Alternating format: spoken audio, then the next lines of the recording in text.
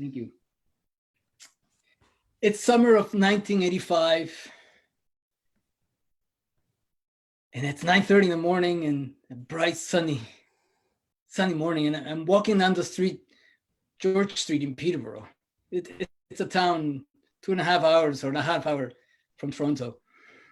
I'm feeling amazing. I'm wearing the same clothes I wore last night, which is a total giveaway for the gossips along the walk of shame. But I don't care. I don't care who finds out. For me, this is the walk of joy. I just spent an amazing night with this guy I really like. We had a great night. We had great sex. Downtown, I see a Toronto Starbucks and there's a picture of a man. He looks haggard. And on top of the picture, in big letters, the word AIDS. I get the paper. I take one look at the man. I read the caption. I feel sick to my stomach. I feel frightened. It's the movie star, Rock Hudson. He has AIDS. And he looks like death. He looks like something is eating his face. I walk by the church on the way to my house. I'm not Catholic anymore, but Catholic guilt attacks me with a passion, furiously. You're gay, you're a sinner, you're gonna die. I'm panicking. I get home and there are my roommates by the kitchen table reading the same paper. I'm starting to panic more. Are they gonna ask me once again, if I'm gay? Do I have to admit it this time? What do I tell them? What if they want to kick me out from my apartment? What if I'm dirty? Do we know how we even get it?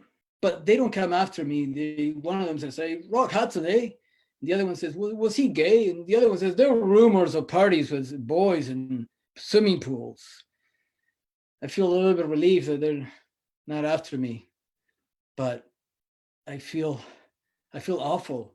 Am I doing the right thing? A couple of months later, I am at my mom's home in the morning. I went to a birthday party and I stayed the night.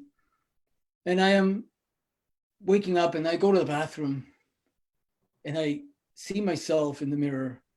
And this side of my face, the right side of my face, is completely swollen.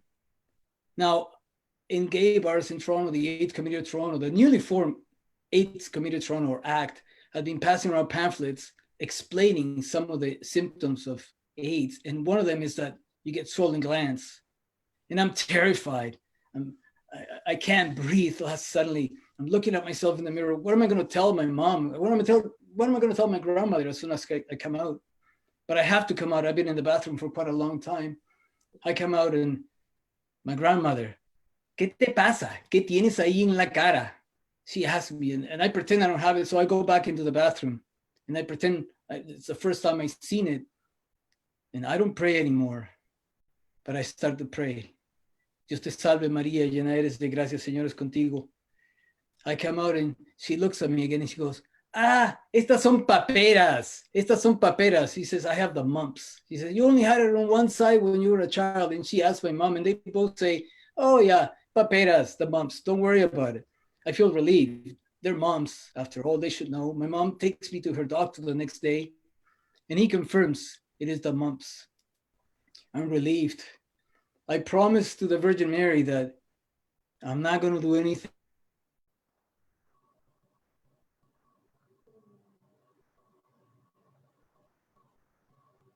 Oh no, we lost him for a minute. Hang on. This is the first time this has happened in one of these shows, which, here we go. Rico, we lost you for a second. We got as far as you saying that you promised to the Virgin Mary that you're not going to do anything. I promised the Virgin Mary that I'm not going to do anything, but my desire, it's stronger than my guilt. And so I go back to sleeping with boys. I moved to Toronto a few months later and I was playing in bands. So I hang out Queen Street West and I became a Queen Street art fag. Now, I still go to the gay bars downtown, and I drink and dance and pick up guys. When I'm being careful, I pop a condom and I say better safe than sorry. And sometimes it goes down smoothly and everything is great. But other times things are rough and the boy gets indignant at the insinuation and he puts his clothes on and he leaves.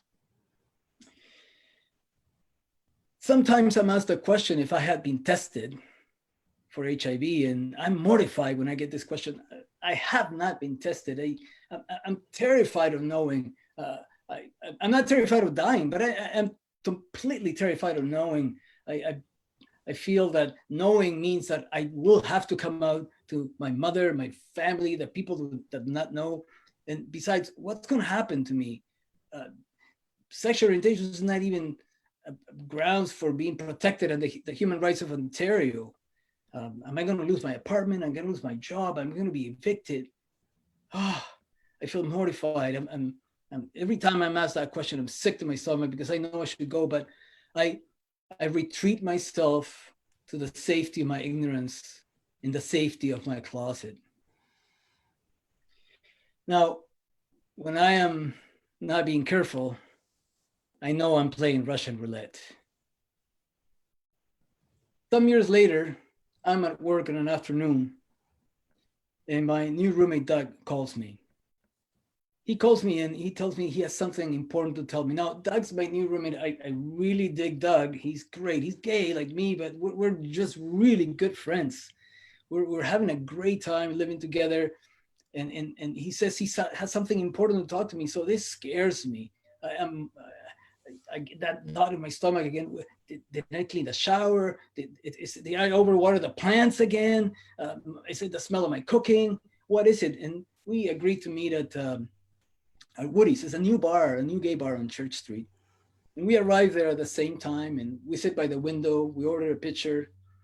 And he says, there's something we should have talked about before we moved in together. And right away he says to me, I'm HIV positive, are you? And I'm stunned, I'm speechless, I'm frightened. Stupid thoughts invade my mind. Am I gonna get it? They give it to me. We're sharing plates, we're sharing doorknobs, we're sharing the shower. The stupid thoughts. It is so uncool of me to think this. I know better. And then he asked me again, are you? And I say, I'm not sure. You're not sure? What do you mean you're not sure? You've not been tested? No, I say. Why not? Because I'm terrified. He says, of knowing? I said, yes, of knowing. Says, but it is about your health. Yes, but knowing means so much. Knowing means I have to come out. Knowing means I have to tell my mom, my friends that not know what's going to happen. Are we going to be evicted from our apartment if the landlord finds out? He says, stop. He's so cool. He says, stop. You need to get tested. I'll go with you when you're ready. A week later, we're at the hassle-free clinic. I get an ID number because it's anonymous testing. We sit in a big room with a lot of men that I recognize from the bars. We glance at each other guiltily. The counselor calls me. I go to the back with him. We sit down. And he's so cool and so calm and so supportive. He's non-judgmental. But my Catholic guilt attacks me again, and I feel I'm in a confessional. When he asked me the question, why are you here? And I say, I've been having unprotected sex with men. And he says, you need to get tested. And I said, yes, I get tested. I leave with Doug, and I feel like death. He takes me back to Woody's. We sit by the window. We order a pitcher. And he's trying to cheer me up.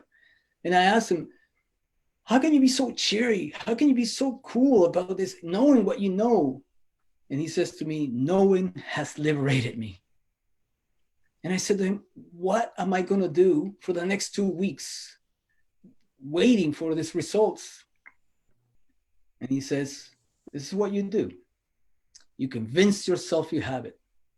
You write a letter or a speech for your mother and your family. You think about your friends, what are you going to tell them? And then at the end of the 2 weeks, you go and get the results. Now, you will come back here to celebrate. Either way, you'll celebrate because you're positive, or you celebrate because you're not. So either way, we'll celebrate. For the next 2 weeks, I'm a functioning drunk. I drink every day. Every straight bar downtown Toronto has a gay night. I go to every single one of them. On the weekends, I go to the Village and I drink some more. And I'm drinking because I don't want to be scared and I don't want to think about it, but it doesn't work. I'm still terrified. Drunk is not all I did. I convinced myself I was HIV positive. I wrote a speech for my mom and my family. And at that time, on page 2 of Extra, the queer paper, they used to run a section called Proud Lives, where photo memorials of people who had died of AIDS. So I wrote my own obituary, and I went and got a haircut, and I got my picture taken just in case they needed a picture. I wanted to have a good picture for the Proud Lives section. Finally, the time came when I was going to get my results. And Doug couldn't come with me. He had a work scheduling conflict. So I was really scared, but I didn't drink. Before I left, he said, I'll meet you at Woody's to celebrate. I went back to Hassle Free. I got the same counselor. He took me to the back, and on the way, I studied his face to see if he'll give me any hint or anything, and he doesn't give me anything. We sit down, and he says to me, we have to protect ourselves. We have to have safer sex. He hands me a bunch of condoms, and he says, if you have unprotected sex, you need to come back here and get tested again. I am freaking out. I am feeling that knot in my stomach. It's growing. I can't breathe. My throat is dry. I'm waiting for him to say something. And he says, you have nothing to worry about. And I look at him once again and I said, what do you mean? Your test came negative. I feel relieved. My shoulders come down to earth. I can breathe again. And I want to scream, yeah, but it's not the time, it's not the place. And immediately, I feel guilty again. I feel terrible. I have spent the last 2 weeks preparing myself to admit it to myself that I have it. I have written speeches for my mother and my family, but I have not prepared myself to tell my friend Doug, who has it, that I am negative. I walk down to Woody's. I get there before him.